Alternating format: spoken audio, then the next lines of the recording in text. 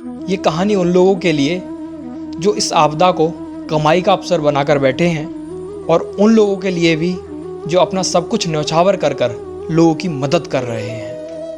ये कोई कहानी नहीं है, बल्कि हकीकत है हमारे भारतवर्ष की। एक बार एक आदमी मेडिकल स्टोर पर अपनी माँ के लिए दवाइयाँ लेने जाता है। दवाइयों का बिल देखने के बाद वो एकदम भौंचक्का रह जाता है। दवाइयों का बिल था 1200 रुपये, और तब उसने अपनी जेब देखी, जेब में थे मात्र 800 रुपये।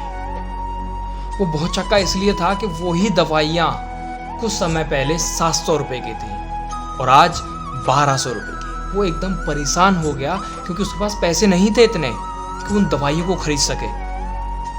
उसने सेठ जी से बड़ी मिन्नतें की, सिफारिशें की, कोशिशें की, लेकिन सेठ जी का हाथ पसीजने वाले थे।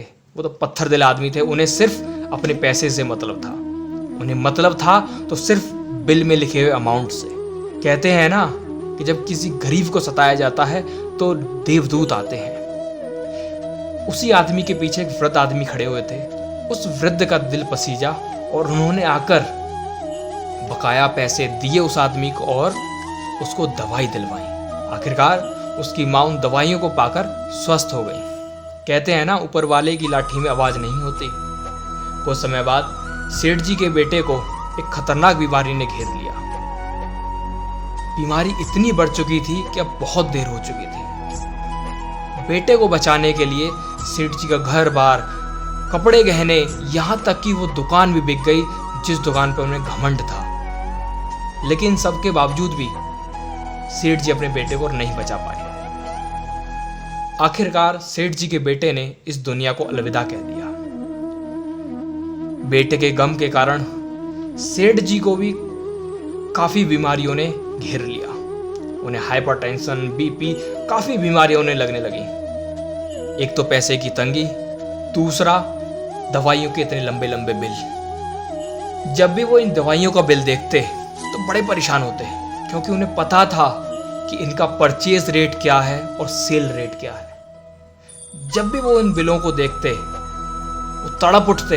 उनको उस आदमी की याद आती जो उस दिन उनके सामने गिड़गिड़ा रहा था कि सेठ जी मेरी मदद कीजिए। आज वो स्वयं को उस आदमी के स्थान पर देख रहे थे।